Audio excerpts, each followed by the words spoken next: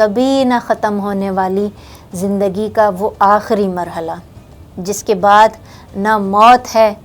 نہ فنا ہے۔ اب اس سارے میں جو سب سے غور طلب نکتہ ہے وہ یہ ہے ناظرین کہ جب انسان عالم اللہ رب العزت کے علم میں تھا، وجود علمی میں تھا، اس دور کا کچھ وقت مقرر نہیں ہے، وہ کئی کروڑہ سال پر محیط ہے۔ انسانی عقل اور فہم اس وقت کا احاطہ نہیں کر سکتی، اسے کیلکولیٹ نہیں کیا جا سکتا، اپنے دنیاوی کیلکولیشن کے پیمانوں پر لا کر اسے پرکھا نہیں جا سکتا، بیان نہیں کیا جا سکتا کہ انسان جو وجود علمی میں تھا وہ کتنے عرصے تک تھا، کروڑہ سالوں تک تھا یا اس سے بھی کئی گنا زیادہ تھا۔ اس کے بعد جب اگلا مرحلہ وجود روحی کا ہے تو اس کا بھی کم و بیش یہی معاملہ ہے، اس کا بھی وقت معین نہیں کیا جا سکتا، اس کا احاطہ نہیں کیا جا سکتا، اس کو کیلکولیٹ نہیں کیا جا سکتا کہ کون سی روح عالم ارواح میں کتنے وقت ٹھہری رہی، اور جو موجود ہیں اس وقت بھی ان کو مزید کتنا عرصہ وہاں گزارنا ہے۔ یہ صرف اللہ رب العزت کے علم میں ہے کہ کون کب کن وقتوں میں اس دنیا میں آ جائے گا۔ پھر اس کے بعد ناظرین جو اگلا مرحلہ ہے وجود بشری کا، وجود مادی کا، اس کو کیلکولیٹ کیا جا سکتا ہے، اس کی ایک لمٹ ہے، اس کی ایک حد ہے، اس کا ایک کنارہ ہے،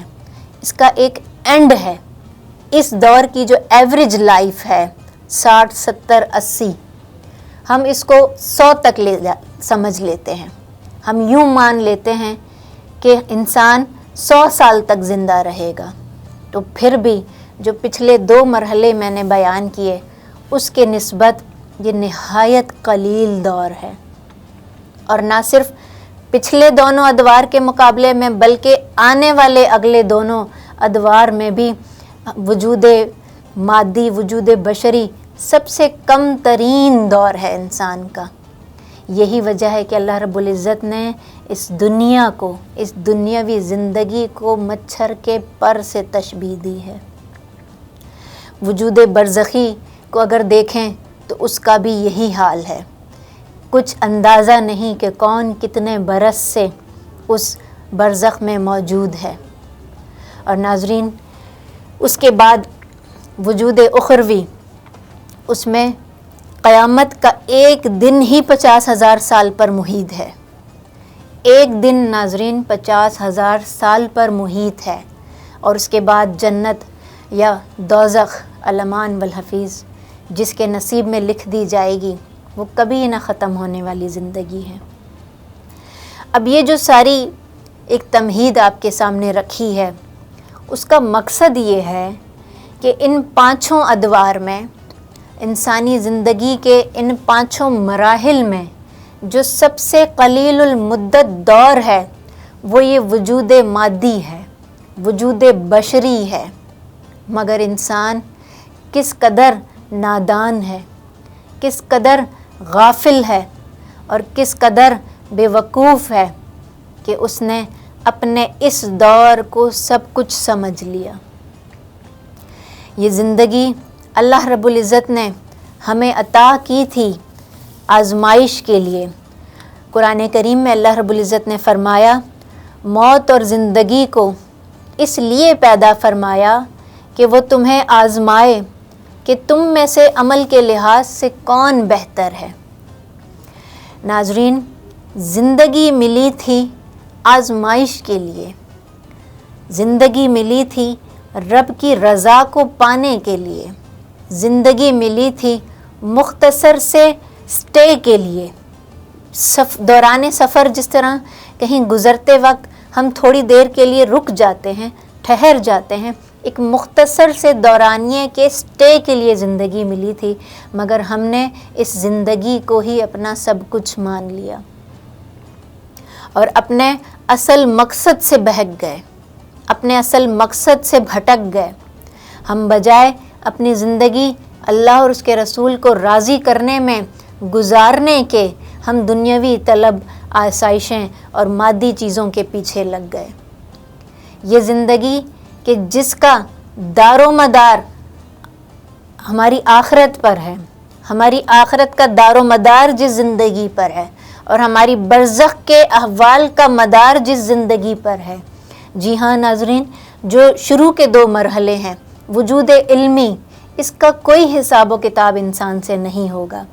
وجود روحی کا کوئی حساب و کتاب انسان سے نہیں ہوگا. اگر حساب اور کتاب اور سزا اور جزا ہے تو وہ اس مختصر سے اسٹے پر ہے، وہ اس مختصر سے دورانیے پر ہے، اور سارا اگلا کامیابی کا اور ناکامی کا مدار اس مختصر سے عرصے پر ہے. مگر انسان کس قدر غفلت میں ہے کہ وہ اپنی اگلی زندگی کے احوال سے منہ پھیر کر اور اپنی کامیابی کی فکر کو چھوڑ کر دنیاوی چیزوں کے پیچھے، دنیاوی آسائشوں کے پیچھے اور دنیاوی لذتوں کے پیچھے مارا پھر رہا ہے. سرکار دو عالم صلی اللہ علیہ وآلہ وسلم نے فرمایا کہ قبر بعض لوگوں کے لیے جنت کے باغوں میں سے ایک باغ ہوگی اور بعض لوگوں کے لیے جہنم کے گڑھوں میں سے ایک گڑھا ہوگی. تو ناظرین، یہ مختصر سا اسٹے ختم ہونے کے ساتھ ہی جنت اور دوزخ کا فیصلہ کر دیا جائے گا. انسان کی قیامت اس کی قبر کی پہلی رات سے شروع ہو جائے گی اور اس کے اعمال اس کی کامیابی اور ناکامی کا فیصلہ کریں گے. ناظرین، جس طرح دنیا میں ہم امتحان دیتے ہیں تو پورا سال اس کی پہلے تیاری کرتے ہیں. تیاری کے بعد وہ وقت آتا ہے کہ جب ہم کمرہ امتحان میں بیٹھے ہوتے ہیں اور پھر جو کچھ اس تیاری کے نتیجے میں ہم اس کمرہ امتحان میں لکھ رہے ہوتے ہیں اس کا ایک روز رزلٹ آتا ہے. اسی طرح یہ جو زندگی ہے، یہ تیاری کا ایک دور دیا ہے اللہ نے. یہ تیاری کے لیے ایک مرحلہ عطا کیا ہے، یہ تیاری کے لیے ایک مدت عطا کی ہے، یہ تیاری کے لیے ایک راہ دی ہے،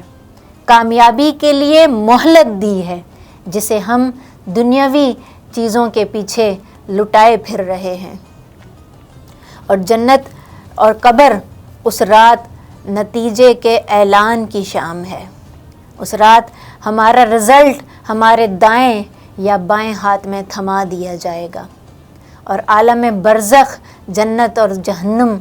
کے گڑھوں میں، جنت کے باغوں میں سے ایک باغ یا جہنم کے گڑھوں میں سے ایک گڑھا بن جائے گی. تو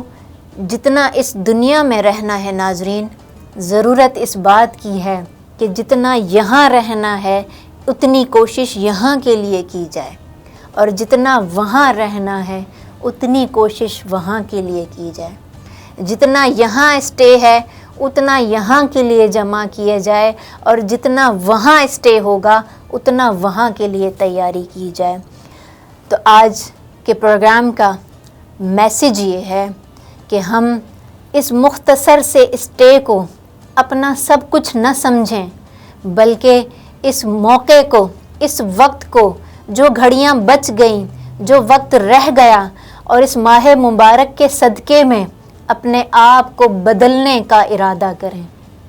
اور اپنے آپ کو اور اپنی نسلوں کو بدلنے کا ارادہ کریں، اپنے گھر کو، اپنے معاشرے کو بدلنے کا ارادہ کریں، اور ایسی زندگی گزاریں ناظرین کہ روز محشر رب تعالیٰ کی رضا بھی حاصل ہو اور سرکار دو عالم صلی اللہ علیہ وآلہ وسلم کی شفاعت اور آپ کی قربت بھی حاصل ہو. وما علینا الا البلاغ المبین.